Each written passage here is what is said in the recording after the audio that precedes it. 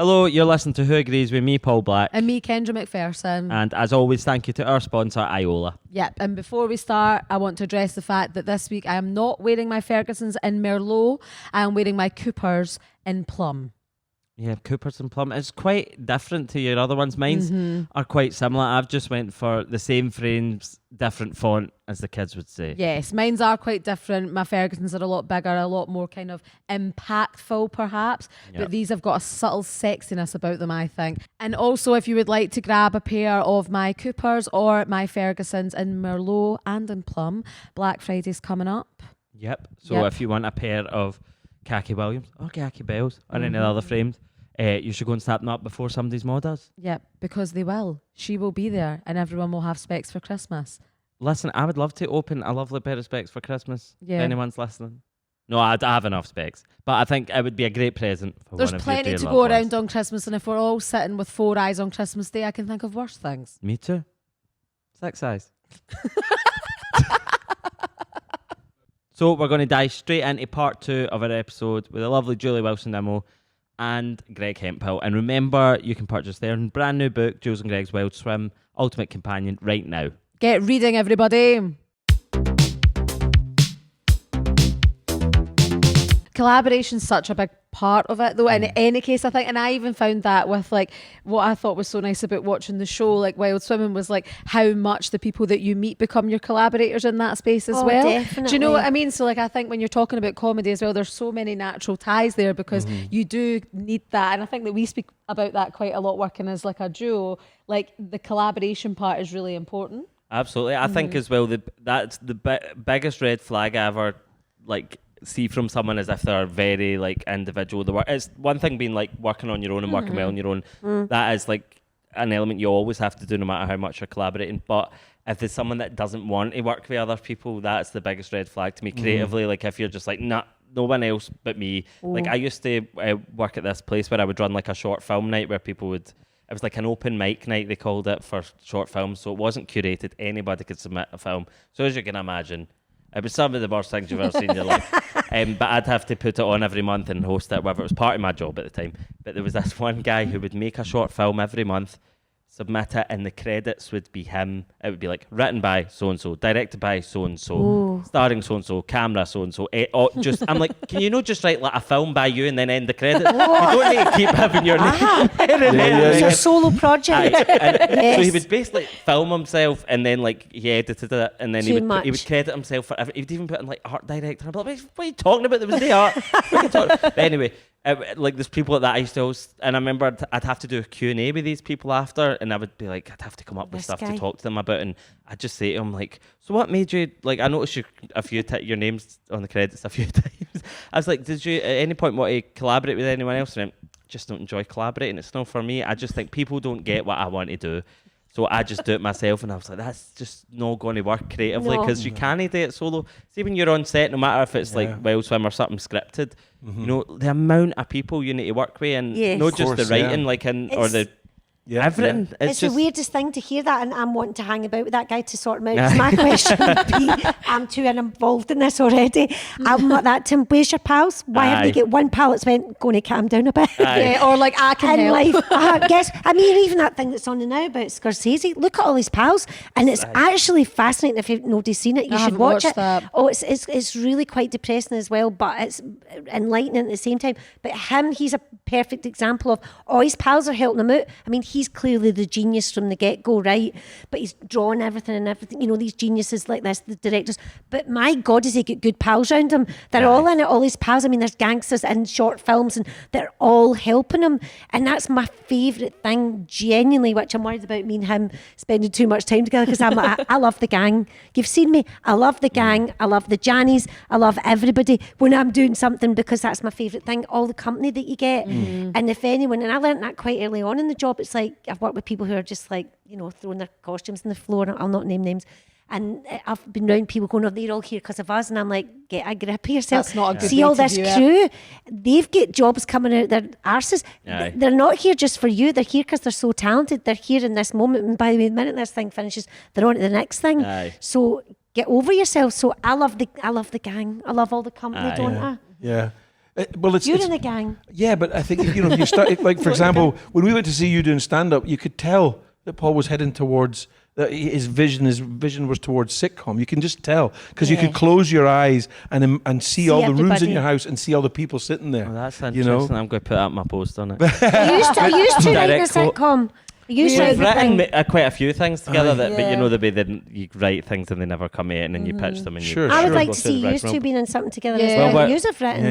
Yeah, Watch we're in this development space. at the I'm moment. dead nosy. Yeah, I'm in we're in my active Yeah. development, We so are. that's a Oh, good that's thing cool. because Oh, it's that's normally great. just we're trying to put this together. Yeah, So. it's- But I think That's the frustrating thing, though, is you go from being able to create pictures in people's minds with a microphone to actually having to convince a crew of 30 or 40 people exactly what your auntie looks like, or Yeah. what kind of, you know what I mean? Aye. What her fillings are doing and all that kind Aye. of stuff. And you'll have the makeup people and the wardrobe people drinking it all in, but that's the collaboration. That's a completely different experience from doing it yourself. But I can say this without being a total sycophant, right? Being on both of your sets and being directed by both of you. Come on, get directing, lady. I said that I kind know of this is- shadows There's on not enough Government women Fair out Queen. there. I know, it's very I true. bet The you whole would train do the set. same thing, and I'm really not saying this to be a sook, but you both have that in common that you probably don't know.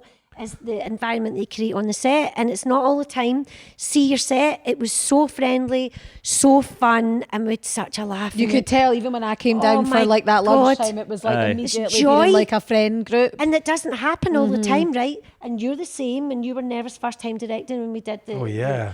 And I was like, Greg, you're so great because you're talking to everybody, and it's Yeah. just that's But that's how a it should personal be. thing, and that's why That's how you it do. should It's be, not just though. But about that's technical because- talent; Aye. it's about charisma and warmth But and it's not all the personality as time. well. It is can like be very frightening, and some certain directors don't even come in and say hello to you in the morning, and the actors are sitting shiting themselves in the trailer. If I ever direct, I'm going straight in the morning. How you doing? And Aye. you don't need to be there all the time. You're looking at your lines, whatever. But certain directors don't come near you. But Don't that's even the speak thing to that you. all I think everyone contributes to creating that environment. Again, I'm not just we can if you want, we can do an extra episode of just back and forth compliments. And shit. I'd love it. But no, I mean, you do like the concept as well. You do create that environment of being very friendly and very kind to everybody, and that or like if everyone's in it, and it's like even like I think in Scotland it's hard because we were speaking about this recently because there often feels like there's so few opportunities creatively.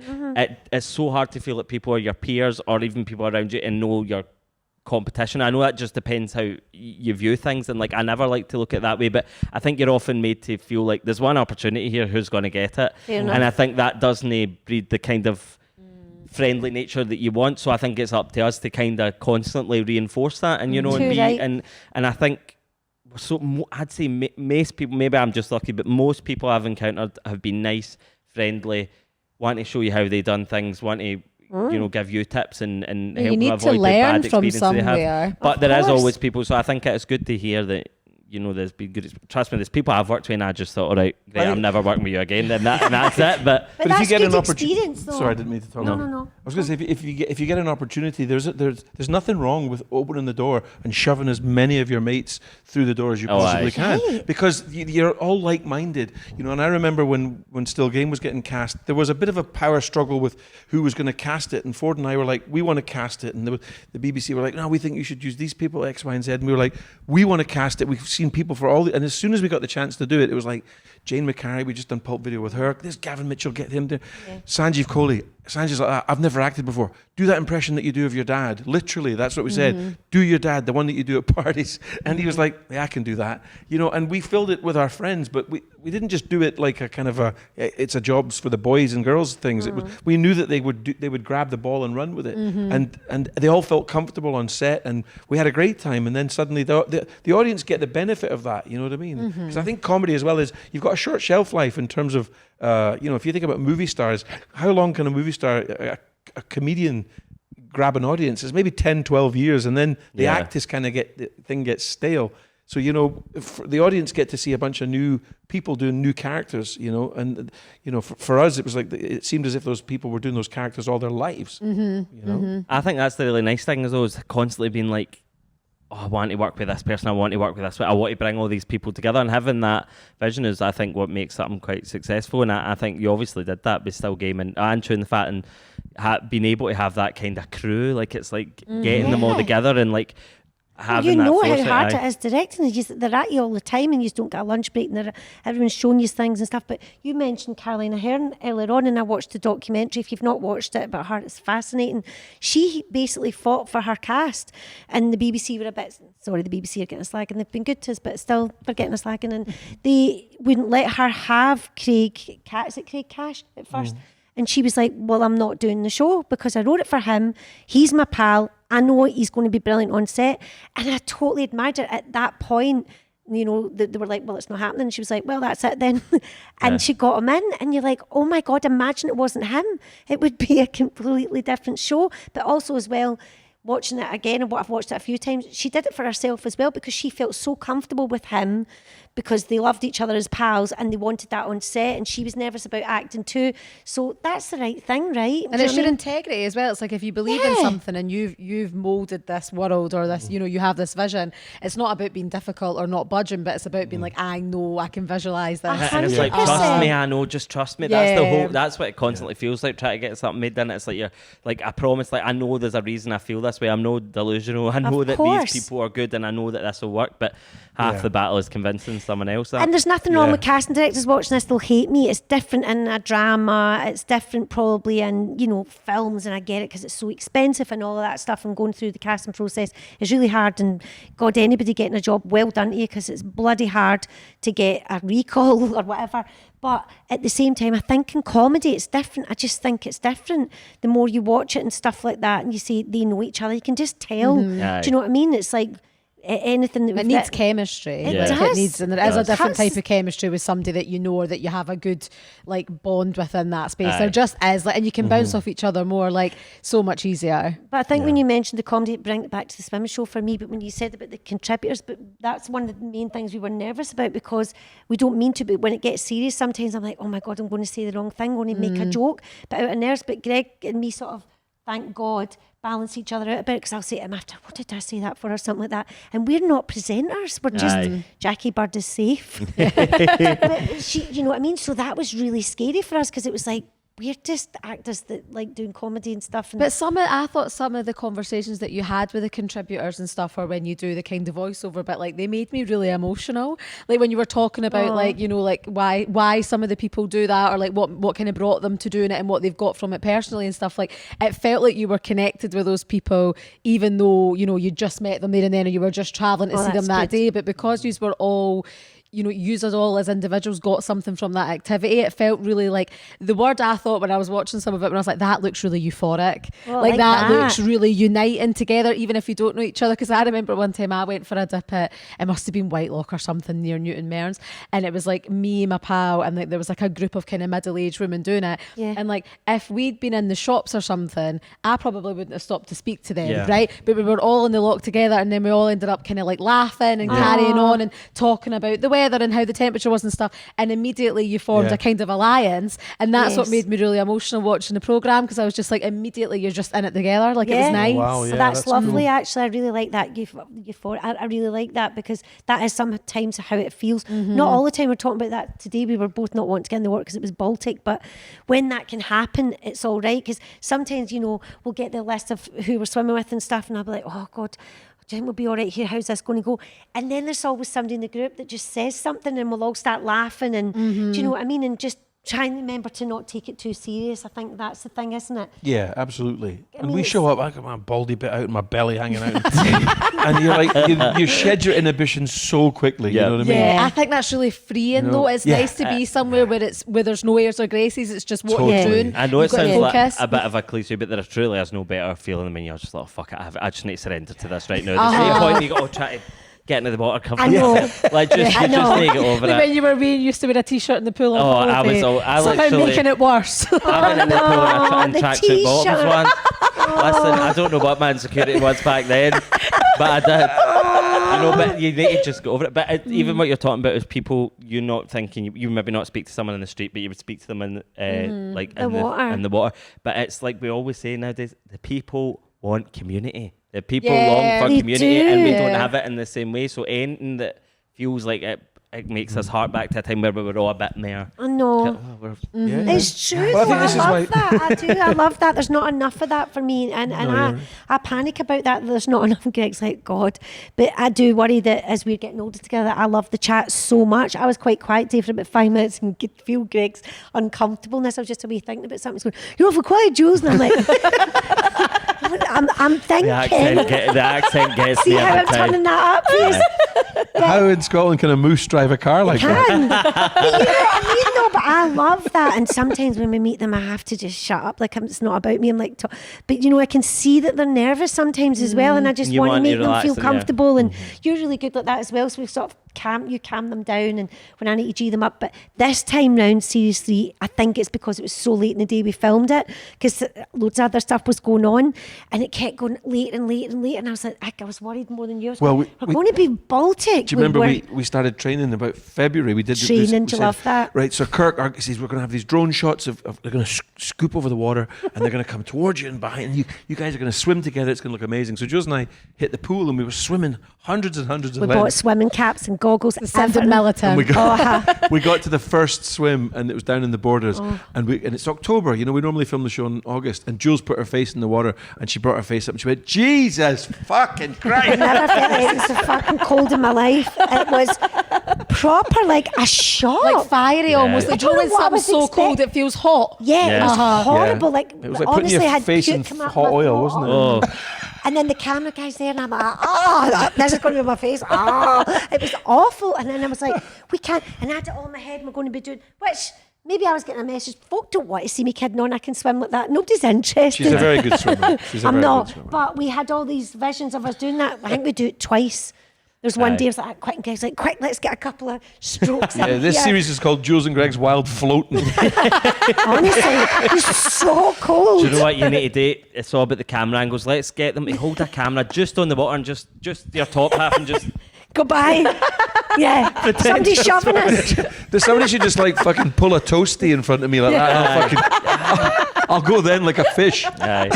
Oh, I want to come with us. I want you to do some sort of mentorship. Yeah. No, I'm but this feeling is the very problem. inspired. I think that needs to be something we can't do as a duo. Do you not think? You can't get you to come. He's not. Do you know? I'm an open-minded person. I always want to go. Do you know what? I'll try it, and I've tried it enough times, and I'm yet You to feel hate the it. euphoria, and I just feel pain, suffering, pain, more Yeah. pain. Get it. Do you Totally have get it. gloves and do you wear shoes when you go swimming? No, I've no got the My gear. water shoes You're a from game Croatia. changer. I do need your water shoes. Yeah. You do. But I did this thing where a few of my friends went for one of the birthdays, took us to this place that had a sauna and like a cold plunge.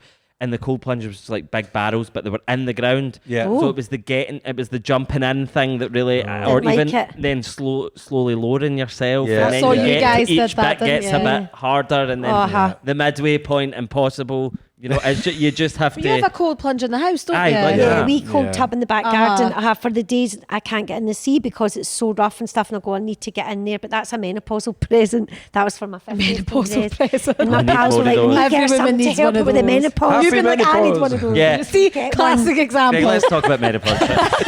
we'll have a separate podcast. Yes, that's right. on what we Greg think. and Paul talk How it menopause. affects us. Yeah, that's what they don't tell you. That's what we've Oh, not got an believe audience me, they for. tell you. They tell you. They're all living through it in my Listen, house. I say this, I think my boyfriend's type 1 diabetic, right? And I always go, they never talk about how it affects the partner. Well, they But do. we have to deal with it. Yeah, you just have to deal with it. But at least guys are getting educated now. That's No, what I of say, course. Kendra. They're getting But educated. also, I think like I've spoken about this on the podcast before, like younger women getting educated about Too menopause right. because it's crazy to me that at school level, when you're learning about puberty or you know Mm-hmm. what your body can do when it becomes ready to potentially get pregnant or whatever, Yeah. why do you not learn after that? Because that's still a really seminal moment in a woman's life when that you Yep. know ability perhaps stops and how your body changes. I don't know anything about that apart from what my mum's told me. Nothing. And I'm a 30-year-old woman. Obviously I could go and seek that information out myself, but that's not something that was available to me unless it piqued my interest. I has- don't think Yeah. enough young women know about what's going to happen. That's an amazing thing that you said because it's so right and it's spot on. But I now have my own take on it with my monkey brain going, I think it's this. See what you think, right? I think they don't want to tell us because it's another shit sandwich that's coming our way. Oh, probably, yeah, absolutely. Do you know what I mean? It's like Absolutely. they're Another only can give us so hardship, many yeah. of these sandwiches sandwiches to eat, and then they're like that. Oh, like genuinely, I knew nothing till I was pregnant and went to the antenatal classes, and I was like, what? I remember crying when a woman got her boob out and was breastfeeding on the underground, and I was like, I'm not doing that. Why is her tit out of the tube? And everyone else was like, yes, and all that. And I was like, I don't even know who I am. I don't know what's going on. Where was this underground where everybody was going, yes. With their tits out. It clearly wasn't Glasgow underground. Yes. Norway or somewhere. Kidding But I Park, my remember good being like man. that. Kidding Park. Do you remember I ran into the car and I was crying, and everybody in the class was like right up for it, and I was like, I'm not getting right up for it. Full boob. I love as well that you almost feel like you were forced to do that, like as if that someone was going to be like, it's happening, you're on the subway, you've got to win. Time to get But do you know what I mean? You No, know what? I That is think such. it's That's that. complete. That must be it, because It is. you're kind of geared up your whole life, I think, as a woman for like if you will or won't have kids, and what what that Yes. might or look like or might not feel like if you do or don't. But that part just seems to be a Yes. totally grey area until you're actually experiencing it, which is mental. And by the time it comes around for you, because you're much younger than me, they'll have invented something else, I pray, to help you through this. And you might not have the shit sandwich horror show that it is. And I genuinely think that it's getting so advanced now, things are coming along. But I think as well, it's like, as you say, like when we were at school, it's about not getting pregnant. Everyone's Yeah. terrified of that all the time. Babies and getting married, and oh my God, we were going out for about 2 weeks, and your mum was like, when he's getting engaged, and wasn't she? When you're getting your tit out on the tube. Oh my God, I don't boob know. coming out in the tube. Exactly. Or you have a baby when you're having another baby. It's relentless as women. This feels like a feminist podcast. You can go up the road. Let's sit here and talk to the wee smallers. But I think it's that. But all women are going to get perimenopausal or menopause, whether they like it or not. Although it is quite funny, the journey, because I always have to go to the comedy. A very good friend of mine was like that the other week to me. I mean, and I just sailed through it, didn't I? And I didn't have anything. Everyone just went quiet in the room, and I was like, who's going to tell? And they were like, no, I went, Lorraine, you were a psycho. I thought you were going to say she's not had it yet, because she has. She's had it. She's come right out the other end. She was like, I mean, I didn't have to take HRT. I had nothing. And I was like that. I did a play with you. Yes, you did. Fact that you did. And we up the road and ask your family, and they'll tell you. Not that I'll offer Declaring. any commentary on this. It's not my place. But I think everyone's maybe got someone in their life that said something of the lines of, that didn't affect me. Is that It right? applies to Aye. a lot of things, actually. We've got that didn't affect me. And you go, And my mum would say it as well. No, she'll say it as well, because I did ask her about it. You're saying about your mum. And my mum was like, nobody talked about stuff like that. Oh, get over yourself. And I was like that. What? How could you? What? And Go of course, through they had the that. whole breast cancer scare if they were on that. And I totally appreciate that. But I was like, and then I was going, I'm going to go and work this out for myself. Spoke to my sisters. My mum was crazy for a long time. Still is in a different way, but you know that way. And I But don't mean people that say bad. it But can change your whole personality, because Oh it's my like the God. physical elements, the mental elements, the changes you're going through. Do Yeah. you think that doing the, like, you know how you have your like cold water plunge, that it was a menopause gift and stuff. Do you Yeah. find that kind of exposure to those things that impact your body has a good effect on the mental elements of it, or do you see that as 100%. a beneficial way to And combat it? 100%, and I'm not selling any tubs, by the way. You should. It's actually a good You idea. should. You Actually, anyone out should. there, listen, I'd flog your tubs for you. But for me, I'm a ratty cow if I can't get in the water in some shape or Right. form. And it's not the same as going to the gym and swimming in the pool with Greg. He gets a buzz out of that, don't you, in a Sure, different yeah, way. yeah, yeah, But yeah. for me, if I'm putting myself through Paul would say, the horror of getting in the cold water in particular, something calms me down. And is it every day? pretty Use that much, term? pretty much. Like, to- pulls you completely into the present, isn't it? You can't really worry or think about other things. No, other it's than survival That's what I like mode. about, and I used Yeah. to try and do the whole thing, like the end of your shower, turn it cold for like, I couldn't even do that. I couldn't do that. He can I do just that. don't like suffering. But I'm trying to like bring that. the boys back into the conversation. But you No. think it helps your mental health, don't you? Sure, but I to be honest with you, I'm kind of cool. I don't. I like the idea of people watching the show and having no intention Yeah. of trying it. You know what I Yeah, mean? because I Right. still enjoy. I watched You know, all of the show yeah. and I Yeah, enjoyed it. Fair I sent enough. it to my brother in Vancouver, and I said, "I would love you to see the show. It was the pilot." And I sent it to him, and I said, well, "Tell us what you think." And he watched it, and I called him up. I said, "What do you think, Steve? Do you like it?" He went, "Looks like he joined a fucking cult." He won't do it. He So doesn't he'll do never. it.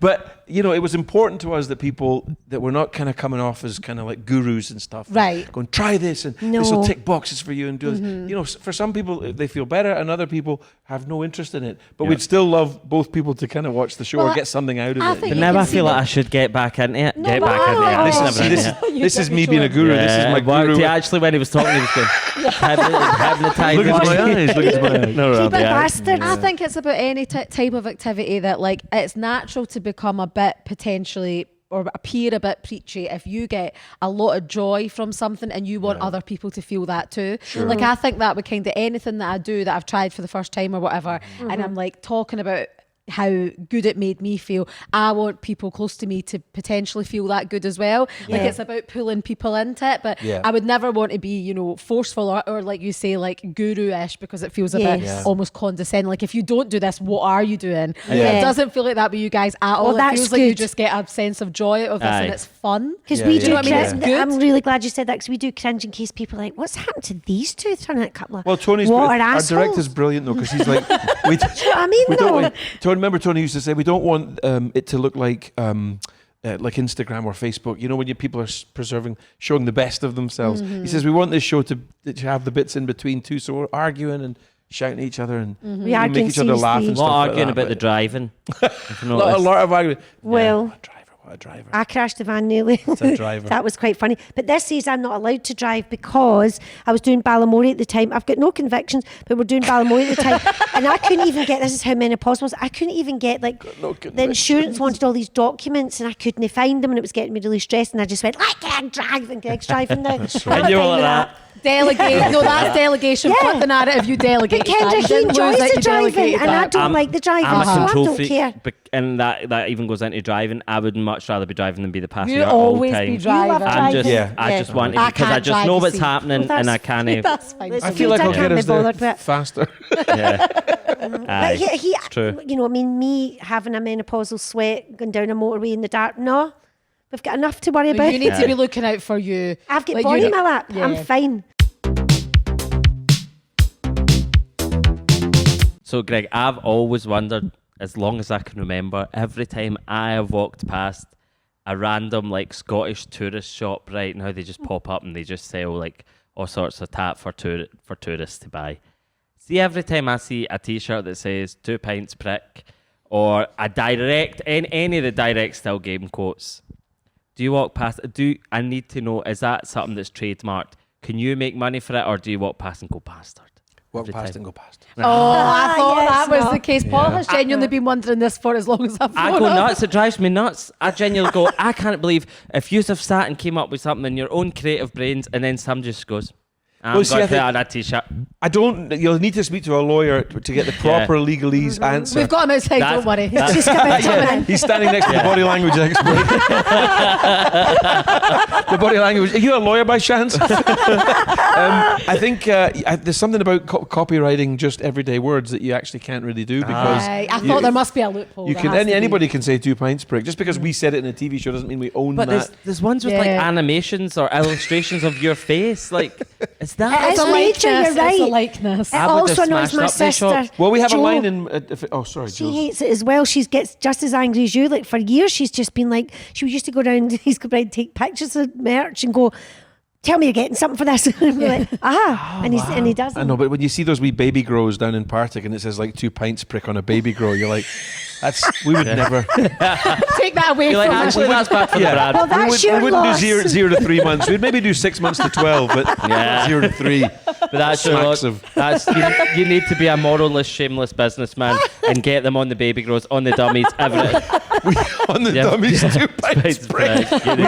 We do have a line of merch and it's all available at jackvictor.com. But to be honest with you, that kind of knockoff merch does it really makes me laugh. It makes Ford angry, but it kind of makes me laugh because It's a compliment in one hand, and it's like, it's you're such an impact that every person wants to print. Almost things you've made. ubiquitous. Yeah, it's in every amazing. tourist shop. But it would the fact that it annoys me and has done for years to the point that I used to bring it up all the time, be like, they better be getting paid like for bring it that. up a lot. Like brings it up a lot. Like a lot. Will you sleep easy now knowing you've got your answer? But no, it's made me more angry. I'm going to have to go in and speak to tell them. and go, who made that? Who made that? Yeah, Terrible. I think we brought out calendars this year, and because there was a lot of calendars, still game calendars coming out, and we thought maybe we should bring one out, and so we did. And the cartoons are by Scunnerdink, Gordon Tate, and they're really fantastic and really cute. I bet you that's the ones I seen, and I was like, selling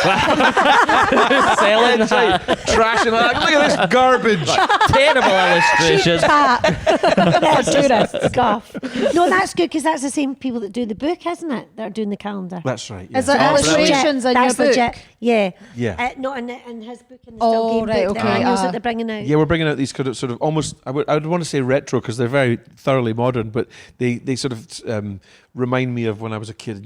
My granny used to get me the Bruins and Willie and whatnot. So we're on year 2 of the Jack and Victor Still Game annual, and they're beautiful. The drawings are absolutely beautiful. Oh, an annual is such like a cozy Yeah, thing. I miss Yeah, So that was such cozy. a nice thing to get for Christmas. I'll drop 2 off to you the next time. Oh, that would be so Yeah. kind, actually. And a Thank calendar, and you. it won't rage you because you'll know that he's getting paid It's for it. legit. I'll know. That all I want to do is support the arts. So Yes, if you can allow me to do that, quite please. right. I would love to. But Still Game is something we need to talk about a bit more in depth because I think it seems to be like the kind of quintessential Scottish comedy, at least to my generation. But I think a lot of people would agree, and maybe not you. Maybe you go, no, it was this one that came before us. But I think that it must feel amazing to have the one that is like. It's the reference point. Yeah, it is the reference point for everything, and it's any sort of pitch you ever do, you go like right now I'm writing something and a few of the characters are a bit older, right? And every time I've spoke with any commissioner or producer, we need to go right. I promise it's not a copy of Still Game. Like it's like you have to have it in there because it's so ingrained in our brains. It's like it's the one. So really, I brought up to say you've ruined it for everybody, no. But it is, and it's so adored by people, and it's like it's so special to people, and there's people where it's their full personality. The fact my boyfriend puts it on to get to sleep. Do you know He finds that's that a common comforting. We hear that all the time He on puts it on this to get tour. to sleep. How many people have said that to you on Yeah. this tour? Yeah, I watch horror movies to get to sleep. I'll watch The Fog and I'll watch Halloween, and they genuinely calm me down, and I love them. And then I saw something on Instagram saying that if you use horror movies to get to sleep, you could be a psychopath. Yeah, I was about to say that myself. But I've heard I was waiting for you to a lot come of to people, that answer. a lot of people saying that they watched Still Game at night, and I find that one of the biggest compliments ever. That it's kind of like you become Comforting. Yeah. a security blanket. And to so many people, it's like they know every word to every episode, and they like. I think there's not many casual fans of it. I would say most people it means a lot to them, and it's funny because with sitcoms, I think you write it because it's fun and it's daft, and it's so much fun to make. And when you're filming it, you just have a lot of fun and whatever. But I don't think you really do think about it becoming almost something that's sentimental to people. I don't think that's. I don't know. Is that it's something that you ever imagined it becoming? As successful as it was, and as No, I mean genuinely not. But when our opportunity came to start writing Still Game, Ford and I, the shows that we talked about that we loved and admired, and the people that we admired, like Bill Forsyth, Local Hero, Gregory's Girl, it's a fantastic Scottish humour. But sitcoms that we loved were like Cheers. If we loved the film, we both loved things like It's a Wonderful Life, and they all had. First of all, they were hilarious, but they also had real heart and warmth in them. So Ford and I were quite sentimental in our taste and the kind of things that we loved. But the great thing about it was that right away, when we knew we had this opportunity, we kind of knew what we wanted to write. And we wanted to write something about the affection that we had for the elderly people in our lives. And then we just took it from there, and we thought, well, the further that we put them up the tree and the more kind of things that we throw at them, the more the audience are going to love them. And I think that is embodied in a character like Winston, And I tell this story, I love telling this story because it makes me laugh so much. We were so cruel to Paul Riley because we were in the pub with him one night, and he was like, my character, we were joking and laughing and we were having a pint, and he's like, my character's the funniest. And his character was the funniest, And Ford was like, well, yeah, but we're the writers, we could do whatever we want, He said, in fact, you know what we could do? He says, we could wake up tomorrow morning, he says, and you could have your leg took off. Right? And we left the pub. I swear to God, this is absolutely true. Took off as well. Paul was kind of like that. You don't even lose it, it's taken off. We went home, went to work the next day, and Ford went, should we take his leg off? And I was like, well, let's fucking see what happens. So we did. And then like it became like this kind of magic carpet of comedy for us. We're like, so many gags were presenting themselves and stuff. And we were like, this is the best thing that was ever happened. And for the rest of the run of the show, Paul's having to and Really did have a big impact. every time he would hobble onto set, because he would hobble onto set like in character, Ford would go, we did that.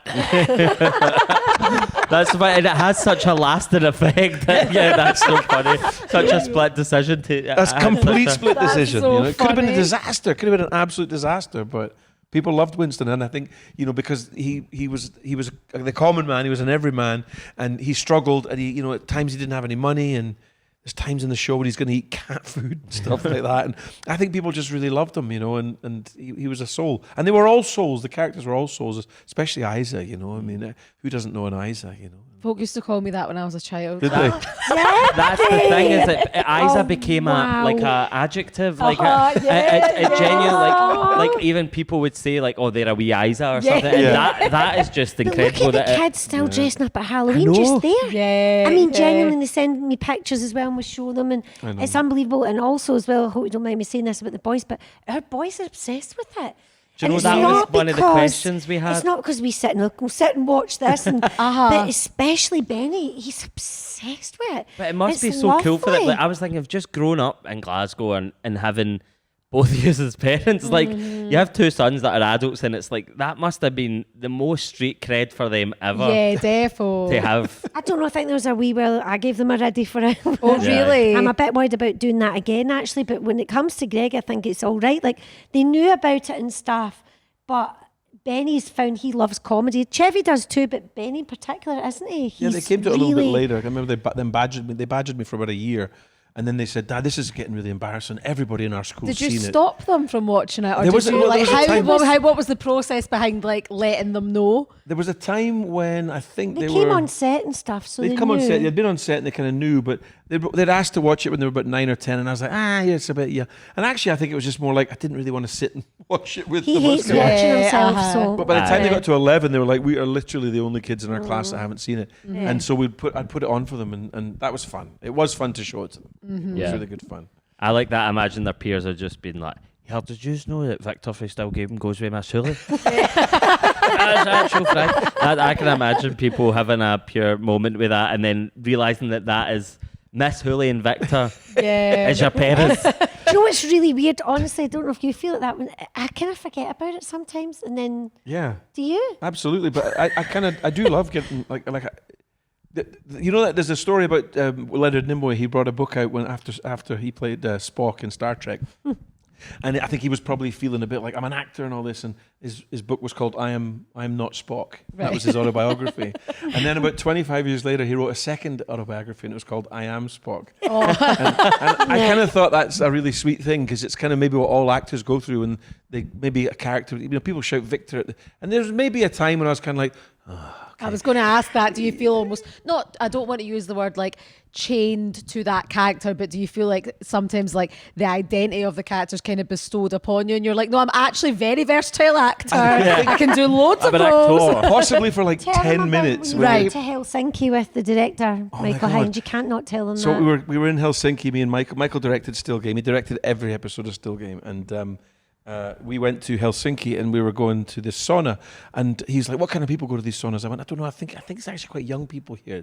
So we went there, and it was like we were the oldest guys in there. Like it was all like, young girls and guys in their Hipsters. 20s and 30s, amazing bodies and all that, sitting talking. We thought it would be a bunch of old guys, And anyway, I forgot my trunks, and I said to Mike, I Great said, start. Mike, I've booked us the wrong day, but they overlooked that and let us in. I said, but I've not got trunks. And he looked, he went, "You've got red underpants, just wear them." He said, "They look like trunks, you'll be fine."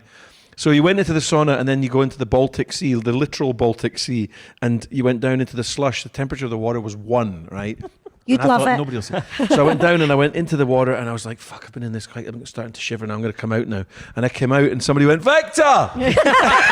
I love that. It's like, oh no! So somebody in Glasgow has a selfie of me in my soaking underpants like that. And the freezing sea. Oh, God. No, it's funny. Do you not feel that Scottish people are everywhere you go. Like, no matter where you go in the world, you will find a Scottish person. Oh, no, I I love feel like it that. always happens. And then for years, it's like, is there also a Scottish person that knows who I am? Like, It's a kind of there's no lovely escaping. That's a lovely secret club, though, isn't it? Yeah. It's like, you know, you'll go somewhere and blank faces, and then out of the crowd, one face going like that. Out of the Baltic Sea, there's a Remember that companion. happened? We were last year. We were in New York and we were queuing to go up the Empire State Building, and then this lassage behind us just went, "I follow you on TikTok." So funny. It's so cute. I was like, it's hardly been international because I'm like, you're probably for 5 minutes away from me, but we are at the Empire We all State kind of Building. shuffled into the lift international. together and then went up to the top, and that was that. It's funny though, It is because funny. it does, and you know, you'll never escape. Truly, you'll never escape. No. We had, remember on the High Line, we walked along the High Line, and that lady fell. Oh, God. And she fell, and she came up with instantly shiner on her eye. It was all like that. She And couldn't care less. She just wanted a picture with you. she was Scottish. We lifted her up, and she went, "No way, fuck's sake, man!" But her eye was all like that. We felt so She done it on purpose. She threw herself in the ground. It's a nice. So you would pick it up. we ended up following each other on Instagram. Yeah, she's so nice. It was a It was ruse. an act. But it's weird because it's interesting. You know, we spoke about this a few times in the pod with other guests about like that thing of being recognised by people. People kind of feel that they know you and therefore act accordingly, and they kind of act like they're your pal, or that maybe there's that parasocial relationship thing of like that maybe sometimes can be a bit too close for comfort, and it's hard to navigate. And I think especially for such a long career, having been a known face in this country, at least you know, like for a long time, that it must have been hard to navigate, and there will always be times where you go, "Oh, I didn't enjoy that moment of being known," kind of to people. But I think you kind of take the good with the bad with it. But was there ever a time where you were like, "Oh, I wish that people didn't recognise me so much"?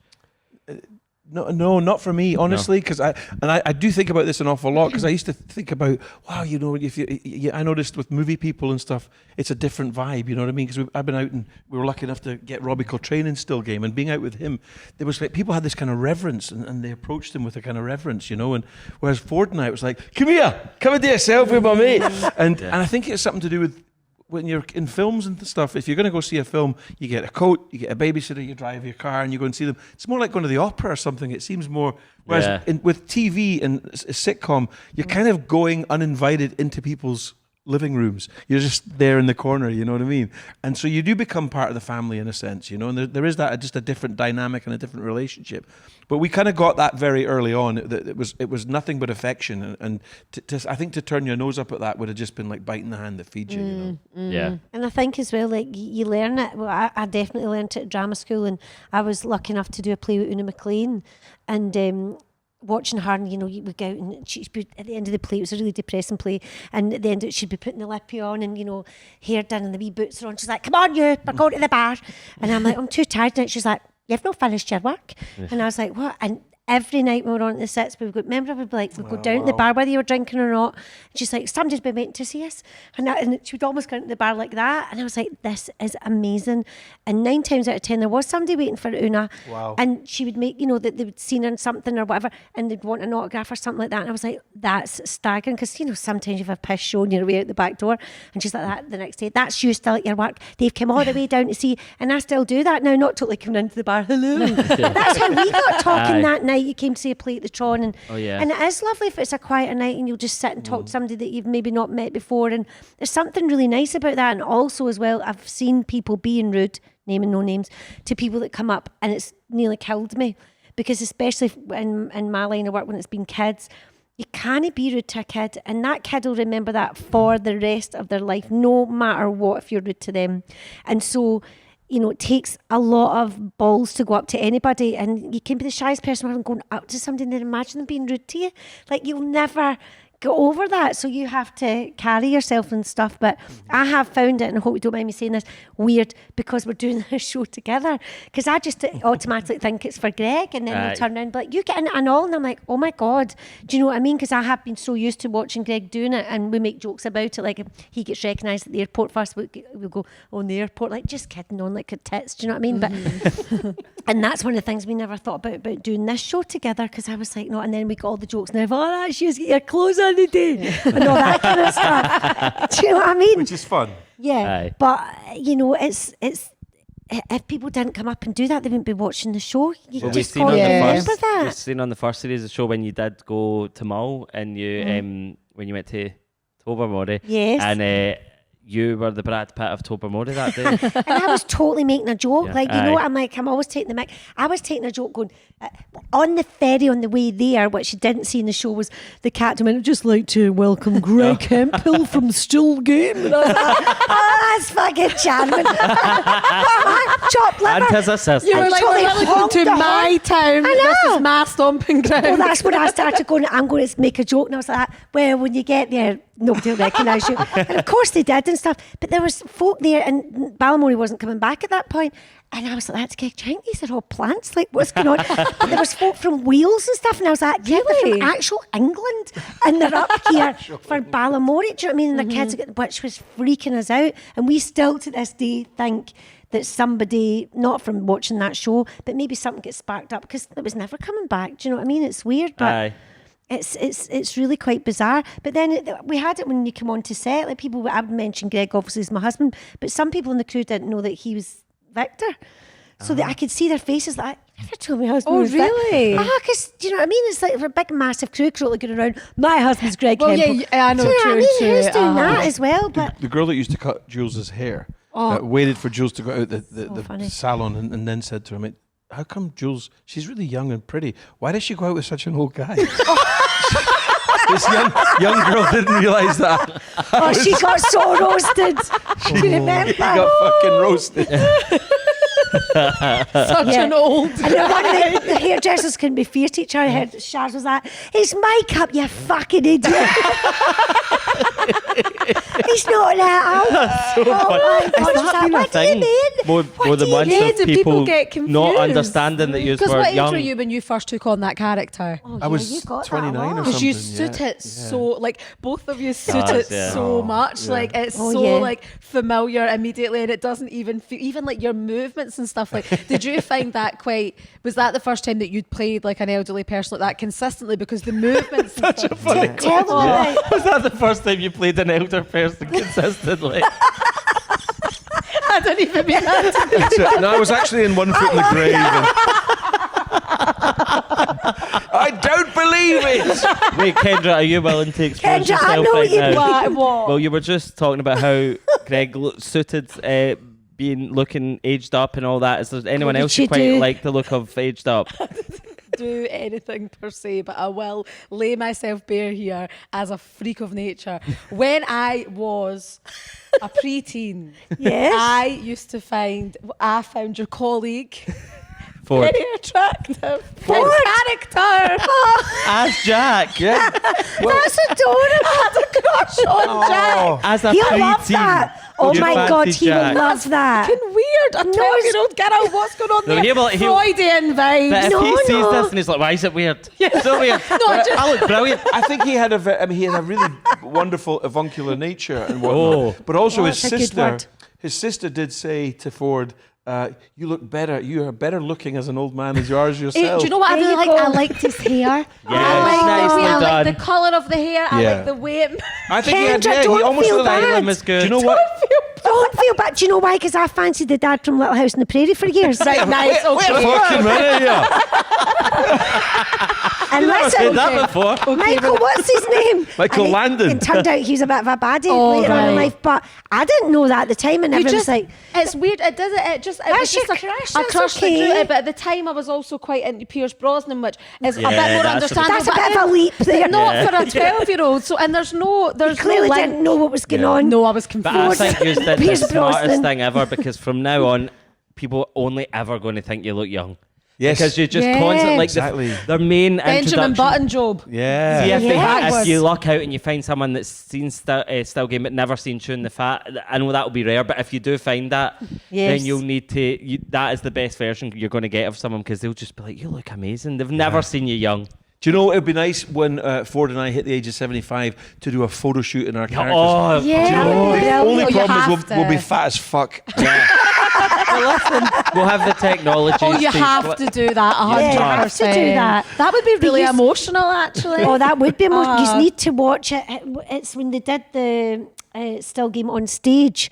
And Greg will yeah. kill me for telling you this, but they'll be able to see it somewhere, won't they? We'll be able to get it for them. Oh, you can get it on YouTube, I think. Oh my God, right, he'll kill me, but it's a riot. You should see how young they are, because they did it in Tune the Fat, they did it as a sketch in Tune the Fat, and Gavin actually played the third, well, he was played Winston, Winston, that's right, yeah. and then when it came to the stage show, he couldn't do it, and so Greg always says it was me, but I think it was me that suggested Paul Riley You to did. do it. So you basically Jules cast Yeah. Paul Because I Riley. knew And from Good the Guy acting Wang. game. And Good Guy Wang. Exactly. But when you watch that, oh my God, they're so young, right? And I'm not slagging their acting off. You're sitting right beside me, but they hadn't almost honed it to what it is now. That's right. And we put it on, and Greg's like, "Jules, turn it off! I can't fucking bear it," because they're trying the voices out.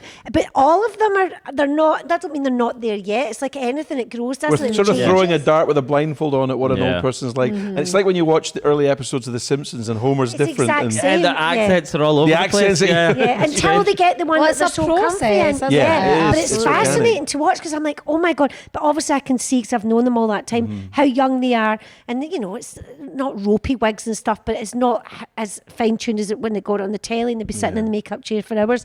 But it's so brilliant to watch them, honestly. And it's that production on stage was so good. Genuinely, I'm not just saying that. It was brilliant. But it is a process, and that does make me sad, actually, because you think a lot of shows maybe don't get to a second series because nowadays it's so data driven and whatnot, Yeah. and maybe a show needs time to hit its Bed stride. in, give And it a they That's all chance. true. do. I think point. the old Yeah. sitcoms, everything, they need time to grow and they just never get it. But No, it's a it's sin. amazing. How to- can something be fully formed when it's in its first Totally. instance? Totally. And you know, think when you recommend a show to someone, you go, maybe start at that season, or like maybe Yeah. like even like we do with Housewives all the time, we're Yeah. like, start Real Housewives, skip that season, that one's relevant. Yeah. Like obviously, like I'm not encouraging people to just not watch TV shows, no, but but I mean, it's true. Look at Schitt's Creek. aye, it took it what Schitt's season Creek. 5? And everyone's to going, get- Series oh, it's 3, I garbage. remember. I mean, I couldn't almost bear it. It stressed me out. And we were moving at the time, and I was like that, oh my God, look at all the boxes, and I couldn't bear it. And people going, just go to 4 or 5, and Aye. you'll love it. And it was true. Yeah. So it's and if like, it never had that time, you go, What's Yeah. your favourite sitcom of all time? oh, that's hard. That is really hard, actually. you don't need to say still game because Greg's No, sitting you're there. absolutely not allowed to say that. Do you know? I don't know about all. I find difficult picking a favourite Eton genuinely. Right. Like Right. a favourite Get film, back to favourite us. TV show. I hard. feel like But for me, I think like something that sticks with me so much, sitcom wise, is This Country. I knew you were going to say Yeah. that. Oh, yeah. Like, and that's a more recent one, but yes, for me, This Country, so I think it maybe felt like it was a while since I'd seen something that really made me laugh to that extent. Do you And know Yeah. that way when you're laughing at something where you're literally like each laugh just brings about an even bigger laugh, and Yeah. you start Yeah. making yourself laugh by how much you're laughing. Oh my That's God, how I yeah. feel watching and This it also Country. taps into something that I think is always good. Like you do, like your funny writing and your characters, whatever, but then having things that are just purely funny because they're daft. Like I was trying to like analyze like a beat by beat of The Vicar of Dibley the other day, right? Randomly, I don't Yeah. just do that in my spare time, by the way. But I was watching different things and just Yeah. Yeah. kind of in an analysing way. And the bit that it always gets used as a clip, the bit where Dawn French just goes to jump in a puddle and it's Oh, like yeah. it's like a crater and she She falls just falls right through it. see things like that when I go see if you can strike the balance and have stuff that is just Yeah. absolute stupid Yeah, like and a almost a 2-year-old bit would laugh at. slapstick. Totally. Yeah, when you can Yeah. tap into that, and I think This Country has so much. Like the characters are The amazing, but then it just has deadpan element stupid, of it. daft Yeah, things. yeah, and yeah. It just that really makes The me laugh. references as well, I think, are so Yeah. like even the costume and that. Like I think their whole world on that program is just It's every the single world, part aye. of it is so funny. Yeah. And that I would say the same. I think more in recent times that would be my favorite. I know, as well. and I would like if I'd definitely try made to that, think- I would be I'd be buzzing. Yeah. I'd be That's Oh, so happy cool if that you I'd both made love the that. same show, though, because Yeah. that's, Yeah. that's like a shared sense of humour. have a Kath and hive Kim's mind. another one for me. Kath and Kim, they are Don't know that one. Oh, you Oh, would you love. That's the need to watch it. Australian It's one. brilliant. These two Australian They women, do. they're playing mother and daughter despite being like kind of same age It's in real so life. funny. Right. And It's they a are total just, dick. it's just ridiculous. And Like, the visuals on it, the quality of it, they've got really kind of like daft wigs and like Yeah. it's really camp, but the references are so that's one of hilarious. my Yeah, favourites. Kath and Kim is amazing actually. Do you I have love a my it. favorite headset. American one? I only watched Friends recently because Really? I got COVID and I took to my bed for 7 days and watched watched them every all? single episode I do of love the show. Friends. I have to. yeah, I admit. think Yeah. it's just it's a great. nice I warm. love watching it. it's like it's another comfort one Yes, to me. yeah. Because Just put I on watch any it. episode It just and- felt like It feels like almost being off school sick to me or yeah, something. and I it don't felt know. like Like, omnipresent during your childhood. Like it'd be on Yeah. before school, it would be on after school. Then Yeah. it went to E4. Then it went to the music Yeah. channels. It was just kind of everywhere. Always there. And then at Christmas, I love watching it because I like watching all the Christmas episodes and stuff. I would probably say that's my most obvious one. Well- I don't know if you would you. What else could you classify as a sitcom? You know how there's some ones where you would be like, maybe that isn't the most obvious American one, but like. there's some more like scripted comedy, like Hacks. I love Hacks. That's Oh, another big Hacks is one. great. love Hacks. Really, really good. American Office is super. Like all my buddies think the American Office is the greatest sitcom ever made. Can I say? I think I've only ever seen one episode. I of have- American I've never Office, watched it and all the I way feel like through. that's such a misfire because I love mockumentary, and I think mockumentary is so like it's anything I've ever done with that. It's so easy to make things funny. Like there's Yeah. so much freedom. I love it. And Did you ever watch Larry Sanders? Did you watch that? Oh, I've Larry dad Sanders loves was kind of that. like one of the first HBO mockumentaries. It was it was basically like a talk show host, and actors of were course, coming yeah, I on know the one. Yeah. I've playing. never They were actually playing watched- themselves, but you get a hold of that, you'll absolutely love that. Yeah. Judd Apatow was Oh, was yeah. the Would you showrunner. classify Everything he's Girls as a sitcom? Girls, I would say it's more a script. If anything, Yeah. it could be a comedy drama at points. Then you get into dramedy territory. So the lines are yeah. blurred. Girls is super good. though. Girls Yeah, is my it's the favorite best. TV show ever. Yeah. You know that, and you know, I was thinking about this the other day. As writers, like of our generation, we all watched Girls be made based off such a like basic idea of like it's just four friends and they're like in their 20s and that's it, and it's like and also would have been pitched as like, oh, we need a modern version of Sex and the City. And yeah. now Yeah. all of us that were younger when we watched Girls, like I watched it started when we were in high school and I loved it so much, then all that's ever been on our minds is like, well, we'll just write our version of it. Yeah. Yeah. And now, like in the last year, about 3 shows have came out, American ones. One just came out called I Love LA, that's literally just came out. That You can see his overcompensating fingerprints on people are trying to everything, do like it, and it. it's like I Yeah. think that Lena Dunham got really lucky, and not got really lucky. She's very talented, but she was able to sell a show that was so like it's just friends Simple. doing this, and it's Yeah. their thing. And but now, like you know yourself, like when pitching, like Yeah. you have to hit so many markers and go, what's the comedy engine here? What do these characters want? What's their full arc? What's their full journey? And sometimes you want to go, oh, they're just having a laugh.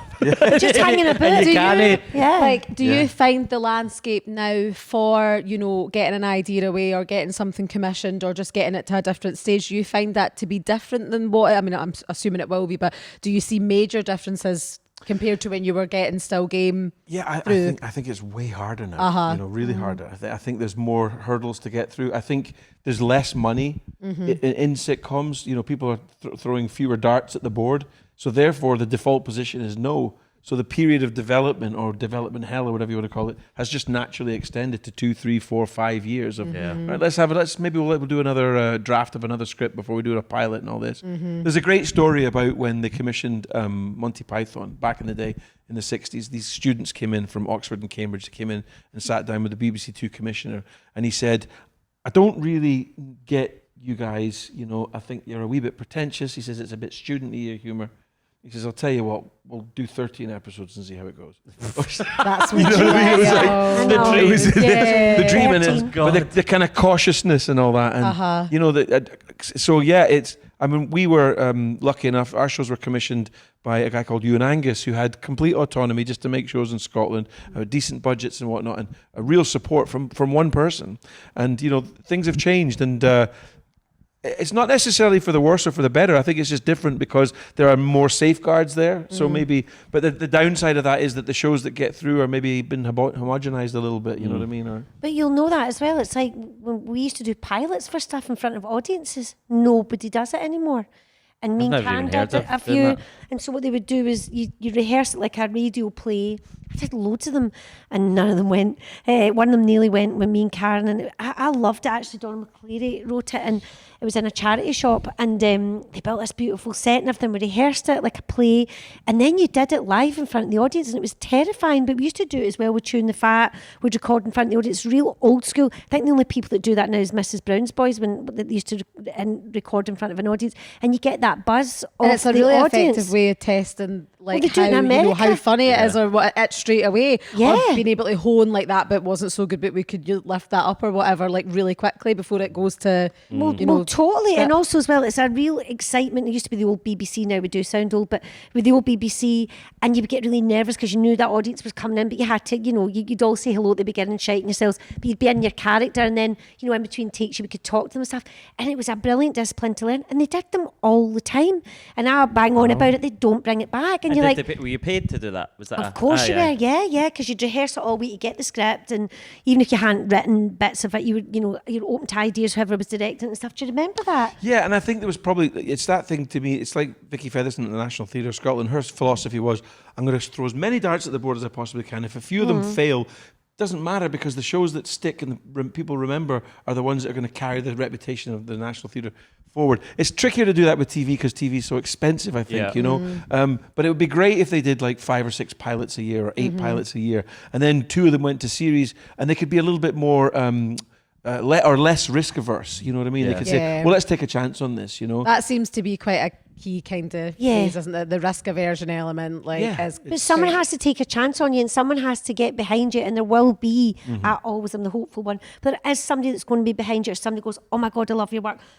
And throw yourself at that person, do you know what I mean? And get them to be on your side. Or do you know what I mean? You'll meet a producer that just digs you and gets you and don't have to explain all the time. And that needs to be it. But I always say that to young lot coming out of drama school or whatever. It's like, I feel bad for them because they did take a chance. There must have been more money about. Because it was such a buzz. I mean, it was terrifying. Sometimes some of the scripts were ranked rotten, but you're still doing it. But you're still learning on the hoof and trying to listen to laughs and not trampling over someone's line. You can't learn that until you're up doing it. You just can't.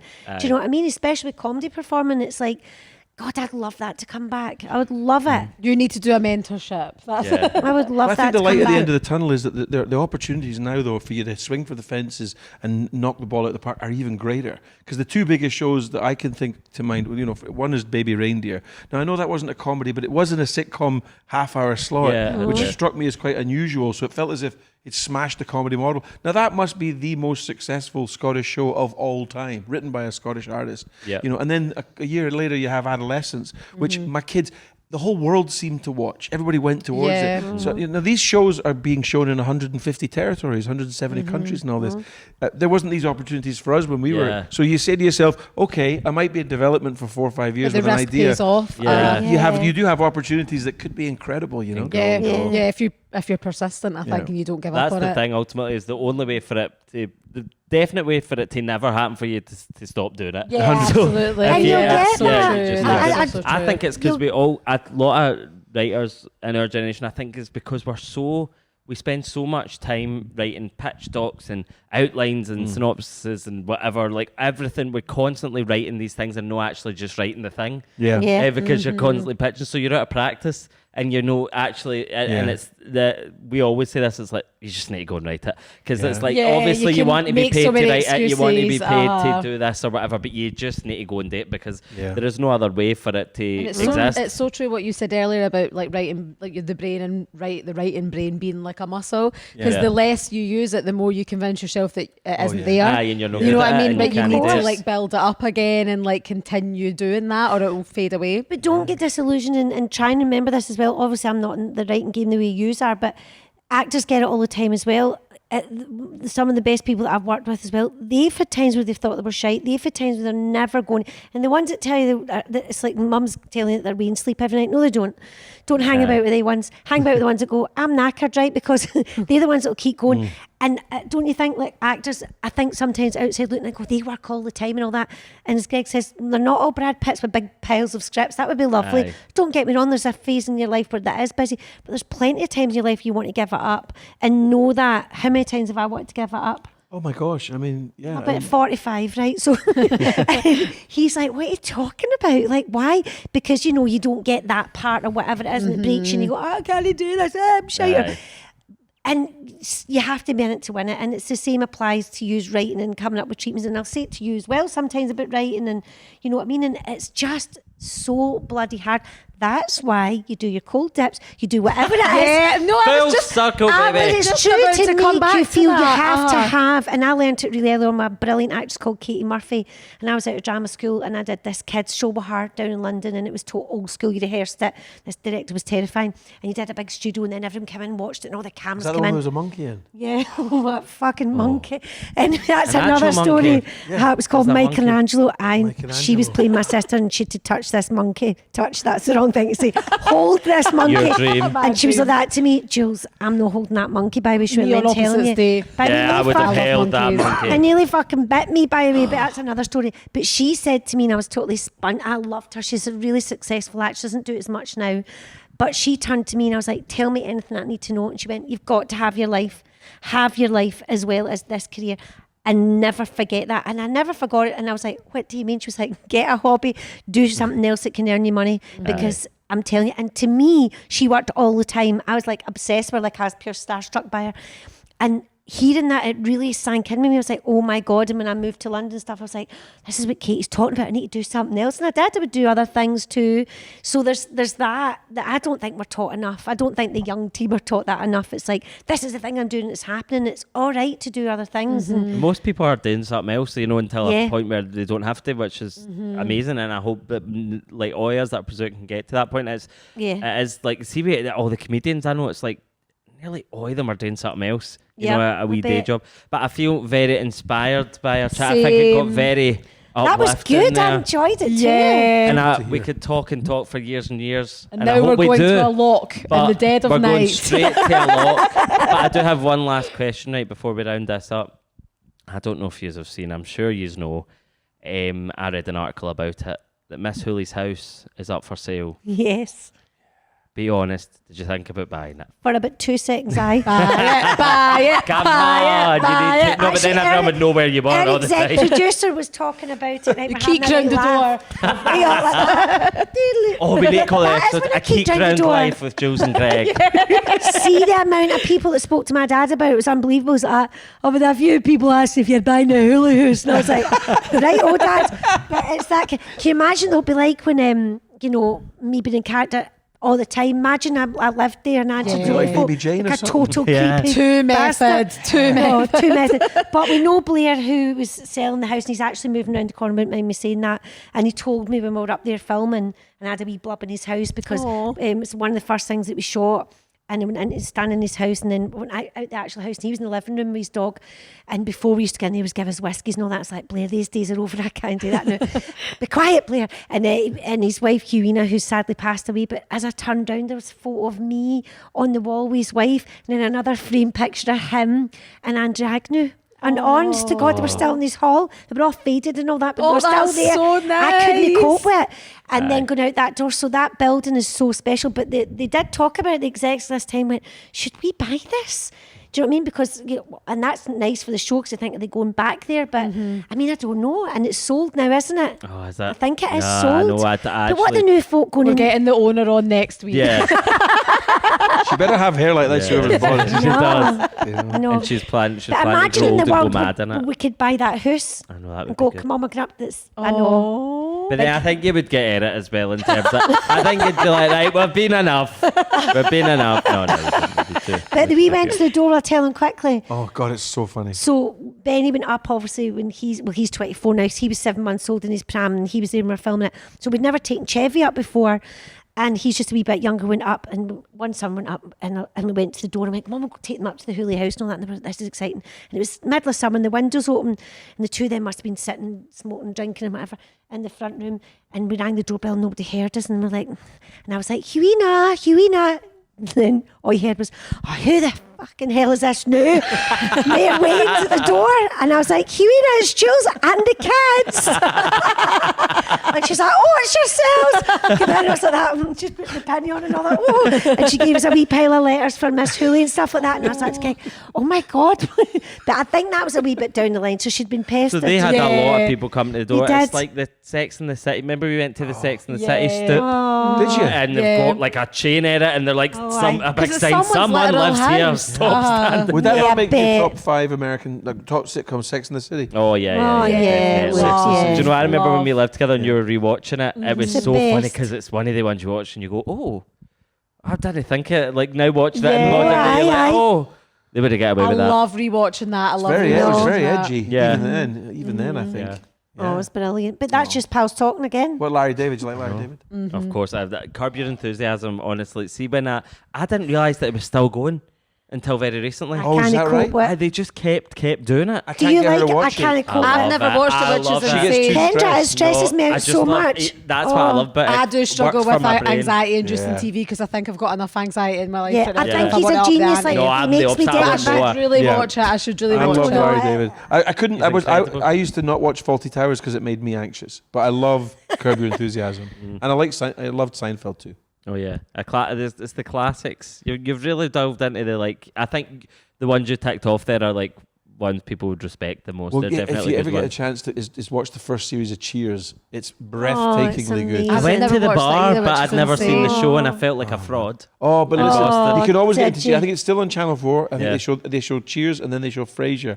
That is That's some of the getting best ready for Frasier school and every getting morning. ready for school. Yeah, baby. that's some of Yeah. the best Feels sitcom writing you're ever King going to of see. Queens. But it's not That's just all- that, the yeah. acting's brilliant in it. Like when you go Yeah. back and you go, oh my God, every one of them is brilliant. Do you know what I've just watched for the first time? Again, from an analytic point of view, but I'm really enjoying Golden Girls. Oh yeah. Never watched in my No, I've life. only ever Obsessed. seen like And now clips it's of like that. this Haven't watched Obsessed. it. warm, like I just love Yeah. putting it on. Geniuses, all It of just them. makes me feel nice. I And love all it. the women, you did Yeah. that in your film, all the women. But then Yeah. everyone was obsessed with the one that's the oldest is the youngest. Did you know that? That's right. Oh, Yeah, Oh, well, I'll really? give to you. well, obviously Can't remember I'm his watching name. it now and I'm going on straight on Wikipedia and I'm like, okay, dead. Okay, dead. Are they okay, not dead. all? Were they not Yeah, all Estelle- like, Estelle- like, playing those roles? Getty, is that her Yeah, name? the weeest one. Oh, She she's was the adorable. youngest. I So can't she was believe done up to that. be the Aye, the head granny. honcho granny. She's Yeah. the youngest. But I'm not just saying this because you're sitting there. But when I said that, I wanted to say it, and then I wasn't going to say it, and I'm going to say it.